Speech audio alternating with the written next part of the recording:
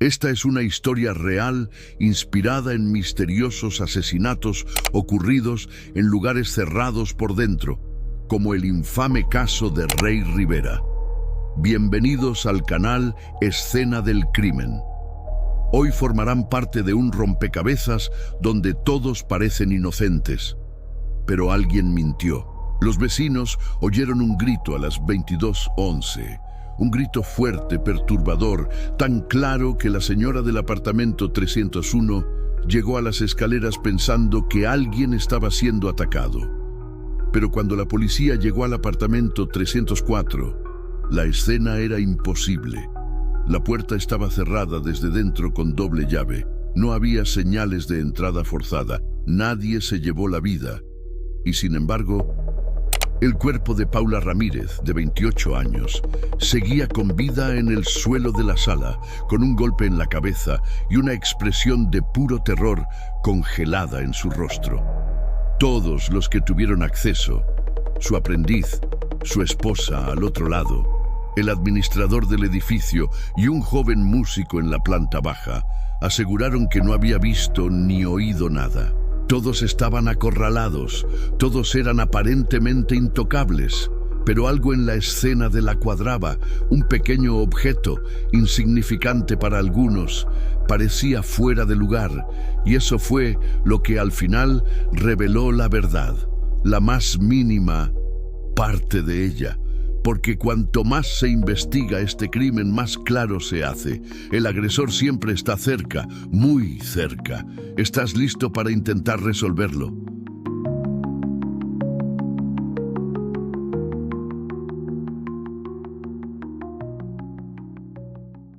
Paula Ramírez tenía 28 años y una vida aparentemente tranquila.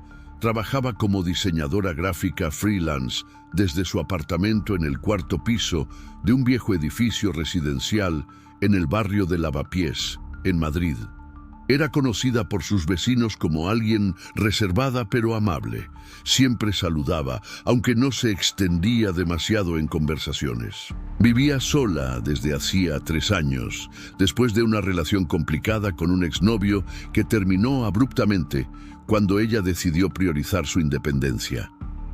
En su tiempo libre le gustaba leer novelas de misterio. Agatha Christie era su favorita.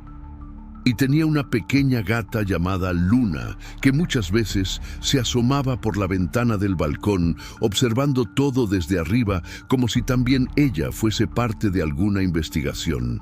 El edificio donde vivía era antiguo, de esos con escaleras crujientes, paredes gruesas y una sola entrada principal con portero eléctrico. Tenía 5 pisos, cada uno con 2 apartamentos. El suyo era el 4B. En el 4A vivía Clara Gómez, una mujer de unos 50 años, profesora de literatura jubilada que pasaba la mayor parte del tiempo en casa. Justo debajo, en el 3B, estaba Joaquín Morales, un joven músico de 25 años, bastante bohemio y noctámbulo. En el 3A vivía el encargado del edificio, Simón Díaz, un hombre que llevaba más de 20 años cuidando del lugar. Y por último estaba Rubén, el novio de Paula desde hacía casi 1 año. No vivían juntos, pero él pasaba muchas noches en el apartamento. El día del crimen fue un martes. Nada parecía fuera de lo normal durante la mañana.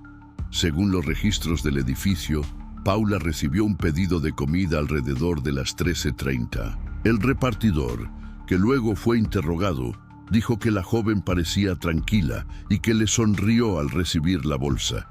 No notó nada extraño. A las 16:00, un correo electrónico fue enviado desde su ordenador, un archivo adjunto para un cliente. Ese fue el último rastro digital confirmado. A las 22:11, una vecina del segundo piso, una señora mayor llamada Carmen, llamó a la policía.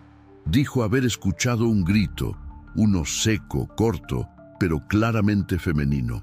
Lo suficiente para que saliera de su apartamento, subiera un piso y tocara la puerta de Paula. Nadie respondió. Carmen pensó que quizás era una discusión o una película. Volvió a su casa, pero 15 minutos después, Clara La vecina del 4A también bajó. Dijo haber escuchado algo, un golpe seco y luego pasos apresurados. Tocó la puerta. Nada. Silencio absoluto. Intentó llamar a Paula, pero su móvil iba directo al buzón de voz. Fue entonces cuando llamaron a Rubén. Él dijo que estaba en casa, a unos 10 minutos de distancia. Prometió llegar lo antes posible. A las 22:40 subió las escaleras apresurado, con el rostro desencajado. Golpeó la puerta varias veces, gritó su nombre, sin respuesta. Dijo que no tenía llave, lo cual más tarde levantaría preguntas. La policía llegó a las 23:05. Forzaron la puerta. Estaba cerrada con doble vuelta por dentro. Todas las ventanas aseguradas. No había señales de entrada forzada. El cuerpo de Paula fue encontrado en el suelo del salón. Estaba boca arriba, con una herida en la cabeza producida, según los forenses, por un objeto contundente.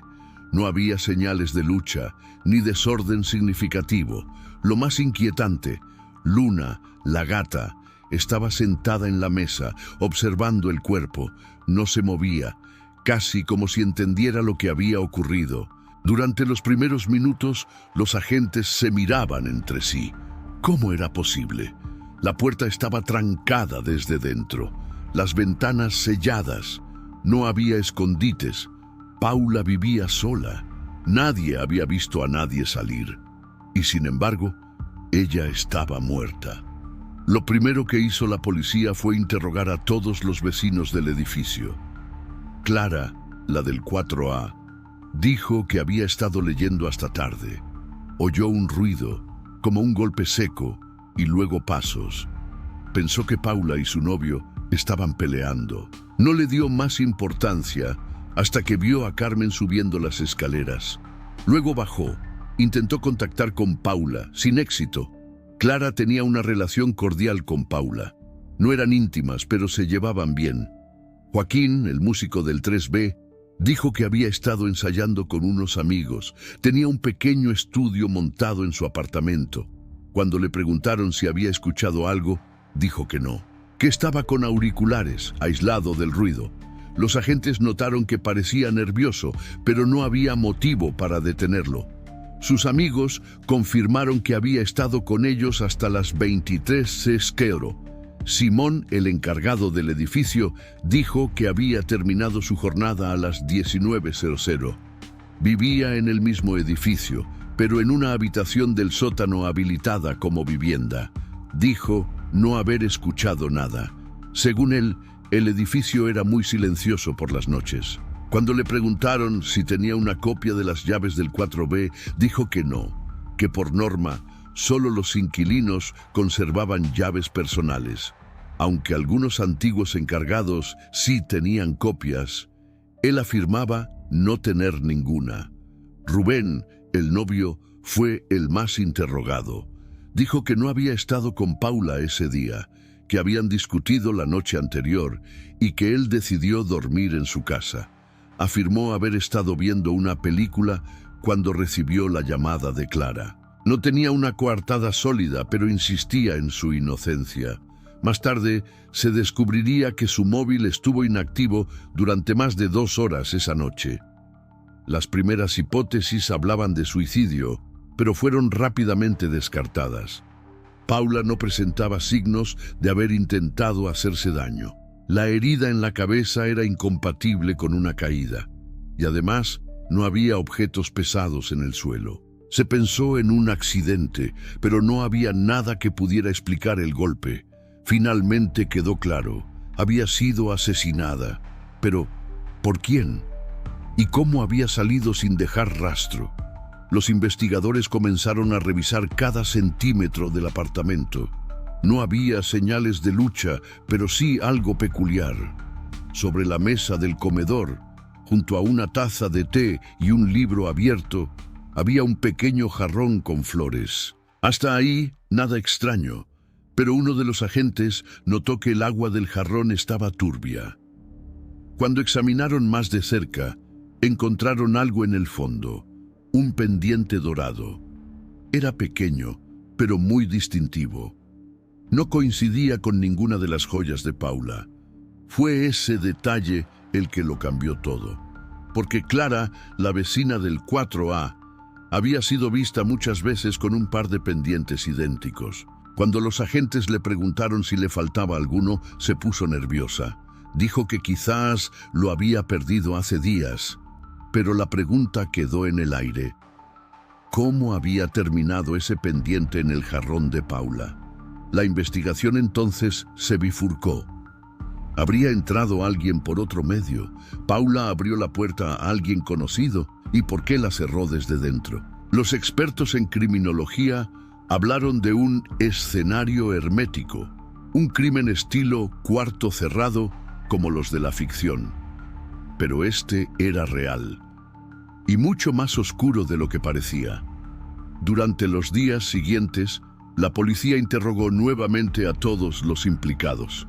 Cruzaron llamadas, mensajes, cámaras de seguridad, y aunque todos decían la verdad, algo no cuadraba. Una mentira sutil, un gesto nervioso, un horario que no se sostenía. Y así comenzó la verdadera caza, porque quienquiera que hubiese matado a Paula aún estaba entre ellos, solo que ahora todos sabían que alguien estaba mintiendo.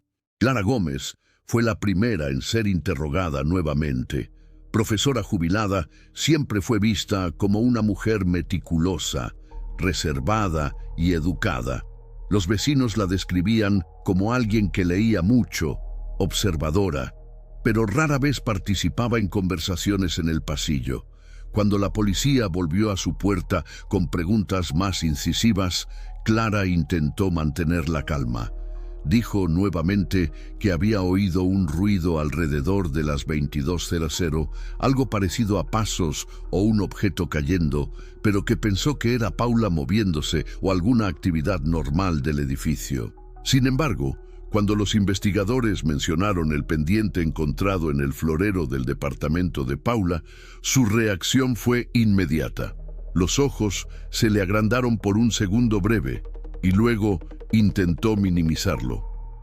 Perdí ese pendiente hace días, quizás semanas. Estoy segura de que se me cayó en el ascensor o en el pasillo. En realidad, no era un pendiente valioso. Los agentes tomaron nota, pero la verdad es que nadie la había visto jamás sin ese par. Era su sello personal. Siempre los mismos pendientes dorados, discretos pero inconfundibles. Entonces, ¿cómo terminó uno de ellos en casa de la víctima, una casa cerrada por dentro?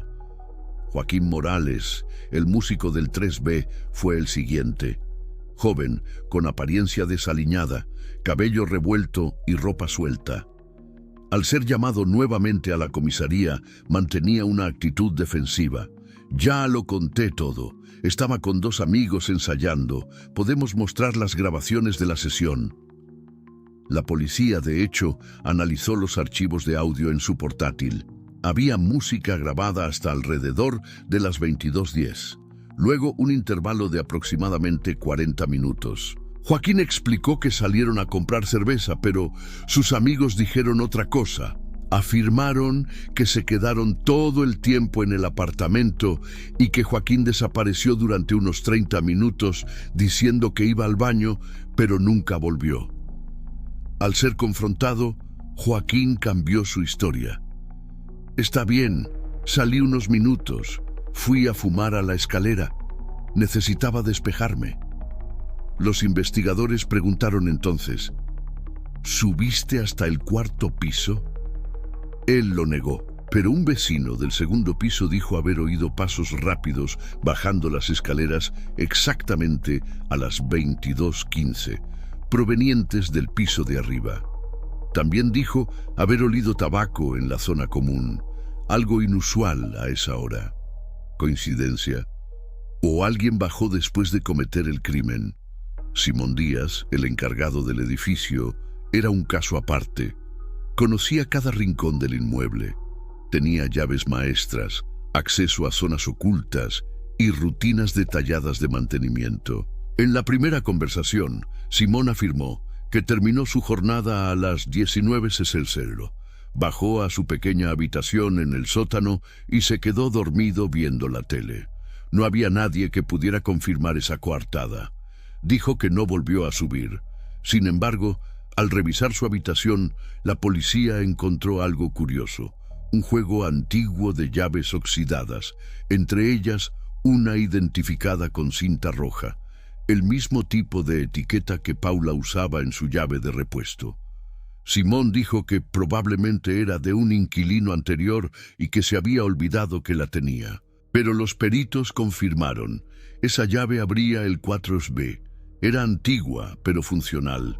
Al ser confrontado con esta información, Simón comenzó a temblar. Yo juro que nunca la usé. La guardé por precaución. Tal vez Paula me la dio cuando se mudó. No lo recuerdo. Era mentira. Paula se había mudado hacía 3 años y, según los archivos de la inmobiliaria, nunca solicitó copias para el encargado. Rubén Martínez, el novio, se convirtió en el principal sospechoso inicial. Los investigadores descubrieron que Paula y él discutían con frecuencia. Una amiga cercana relató que Paula estaba considerando terminar la relación, ya que encontraba a Rubén celoso y controlador. La noche del crimen, su celular estuvo inactivo entre las 21:55 y las 23:12, exactamente durante el tiempo estimado de la muerte.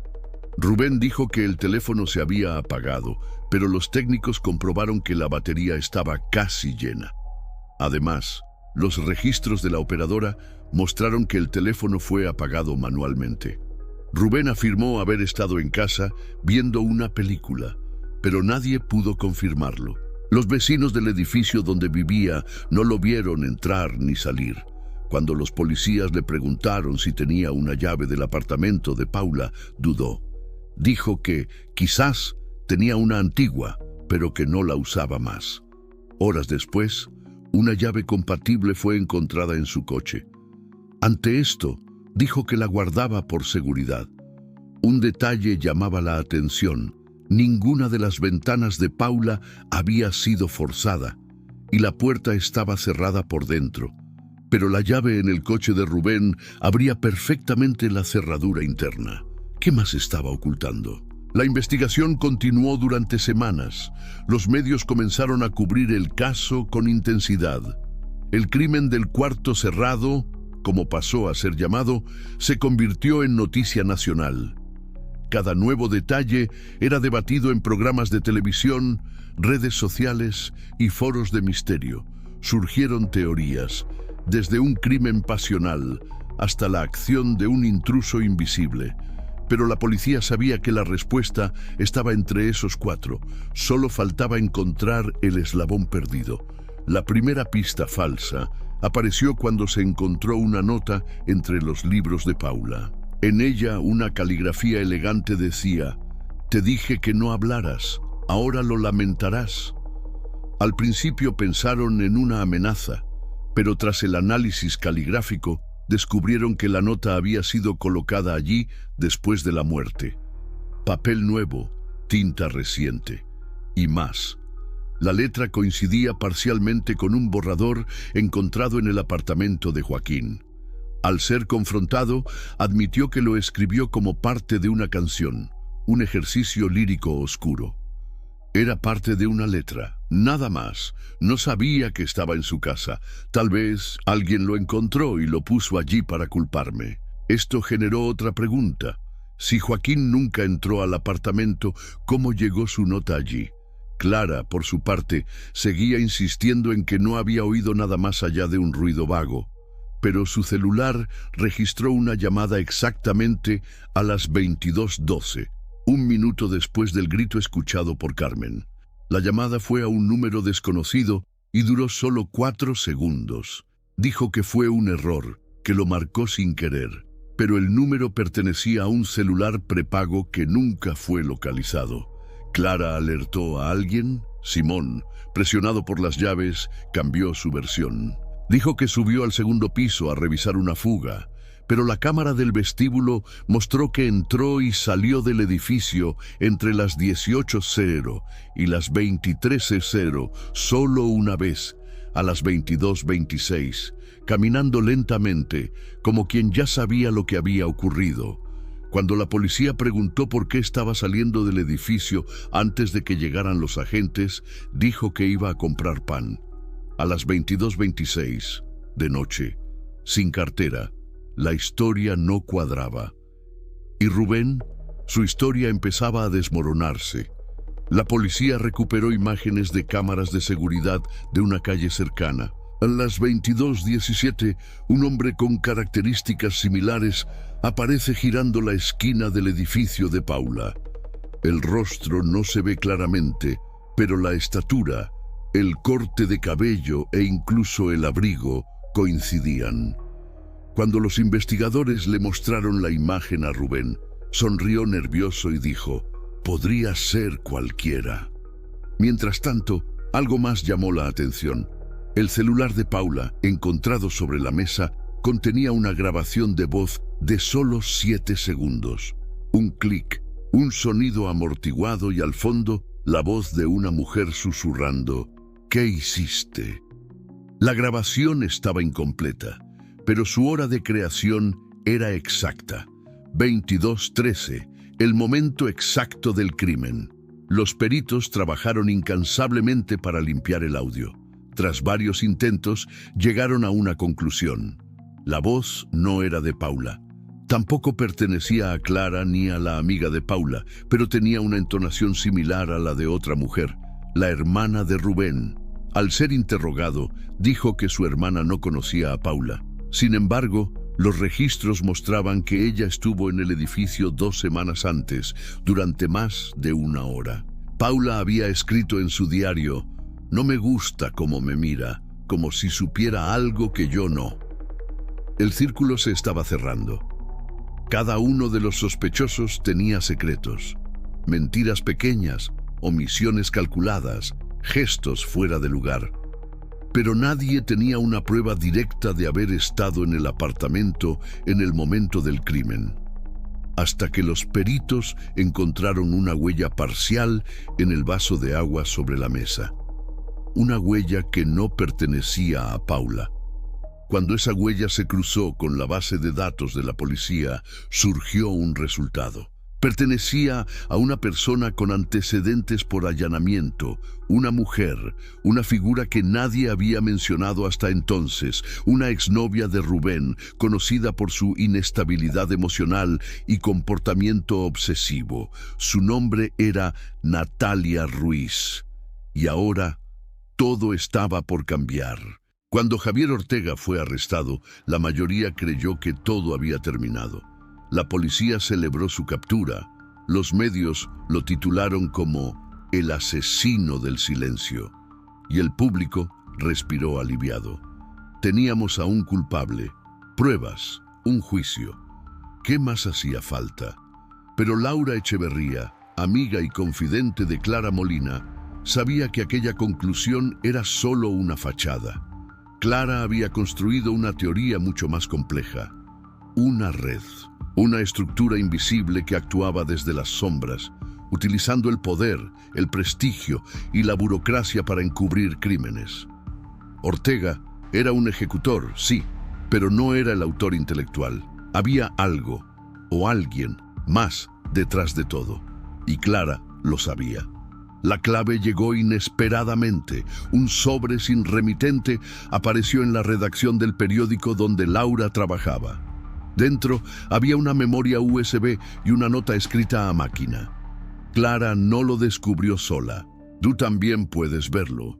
El archivo contenía una grabación de video, una videollamada automática registrada por el sistema de seguridad de Clara, datada del 6 de noviembre de 2018, días antes de su desaparición. En la imagen, Clara aparece visiblemente tensa, sentada frente a su ordenador. Una voz masculina se escucha desde el altavoz, grave, serena, aterradora. Clara dice: «Ya no importa si me amenazas, tengo todo archivado. Si me pasa algo, alguien lo encontrará». La voz responde: no es una amenaza, es una advertencia. Lo que haces tiene consecuencias. La llamada termina abruptamente con un sonido metálico. La imagen se congela. El análisis forense de la grabación confirmó que la voz pertenecía a Ramiro Peña, excomisario jefe de la Policía Nacional, retirado desde 2015. Nunca había sido nombrado públicamente en relación al caso, ni siquiera en los archivos publicados por Clara. Pero en su cuaderno personal, bajo la letra R, aparecía una entrada escueta: RP, el estratega. Demasiadas coincidencias para ignorar. Clara había estado investigando a Peña en silencio y había encontrado algo que, quizás, no tuvo tiempo de revelar. Ramiro Peña había supervisado varias de las investigaciones sobre las desapariciones que Clara conectaba. Fue superior de Sergio Galván, firmó los primeros informes de evaluación de Beatriz Moya y fue mentor periodístico de Ortega en los años 90. También había sido orador en conferencias donde Mario Dalmau participaba como oyente. Estaba conectado con todos. Era el centro invisible de una red cuidadosamente construida. Con esa evidencia, la policía obtuvo una orden de allanamiento para registrar su finca a las afueras de Zaragoza. Lo que encontraron fue escalofriante. Una habitación oculta, accesible a través de una trampilla bajo el suelo del despacho. Dentro, cientos de documentos clasificados, grabaciones, fotografías de las víctimas, mapas de seguimiento, una libreta con el nombre de Clara Molina en la portada y en su interior una frase escrita a mano: se acerca demasiado.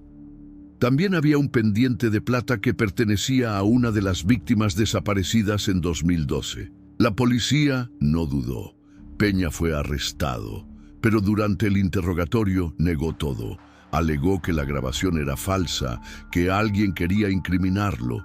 Dijo que Clara era inestable, que su investigación era una fantasía.